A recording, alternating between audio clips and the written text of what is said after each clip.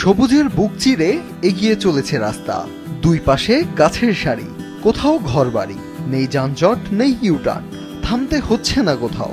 এমন অভিজ্ঞতা নিয়ে যানবাহন চলছে গতকাল চালু হওয়া ঢাকা বাইপাস এক্সপ্রেসওয়ের 18 কিলোমিটারে।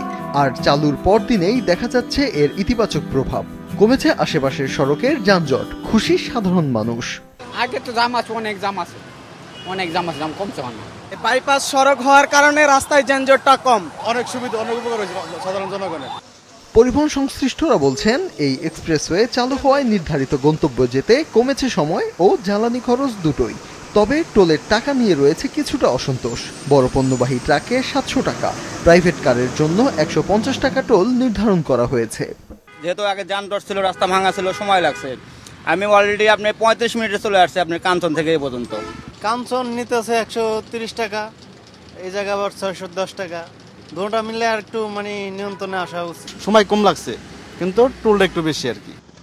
গতকাল উদ্বোধনের পর থেকেই এক্সপ্রেসওয়েতে বাড়ছে যানবাহনের চাপ, জানিয়েছেন সংশ্লিষ্টরা। নিরাপত্তার স্বার্থে এক্সপ্রেসওয়েতে সিএনজি, অটোরিকশা ও মোটরসাইকেল চলাচল সম্পূর্ণ নিষিদ্ধ রাখা হয়েছে।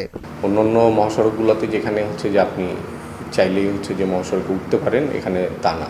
দুই সাইডে কাঁটাতারের বেষ্টনী দিয়ে মানুষের সেফটির জন্য এবং হচ্ছে যে গাড়ি সেফটির জন্য, যেন হচ্ছে যে নির্ধারিত গতিতে গাড়ি, আমাদের বিভিন্ন জায়গায় নির্ধারিত গতিসীমা সাইনবোর্ড দেওয়া আছে। এক্সপ্রেসওয়েতে ওঠার আগে গাজীপুর বাইপাস মোড় থেকে ভোগড়া টোল প্লাজা পর্যন্ত সড়ক ভাঙাচোরা থাকায় ভোগান্তিতে পড়তে হচ্ছে চালকদের। কোনো সময় যায় 7 কিলোমিটার, প্রায় 3 ঘন্টা লেগে যায়, এত জ্যাম থাকে। রাস্তা ভাঙাচোরা, রাস্তা তো এখনো কমপ্লিট হয় না, জেনে শুনে গাতা হয়ে রয়েছে, খুব খারাপ অবস্থা স্যার। দেখেন না অবস্থা, কি অবস্থা রাস্তাঘাটের, রাস্তাঘাট অনেক খারাপ।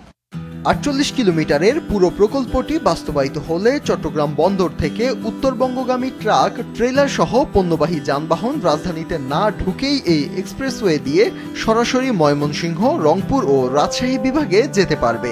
এতে কমবে ঢাকার যানজট। প্রকল্পের 80% কাজ ইতোমধ্যেই শেষ হয়েছে। নির্ধারিত সময় অনুযায়ী 2026 সালের জুনে পুরো এক্সপ্রেসওয়ের কাজ শেষ হওয়ার কথা রয়েছে। ফাহিয়ান হামিম, মাছরাঙা সংবাদ, ঢাকা।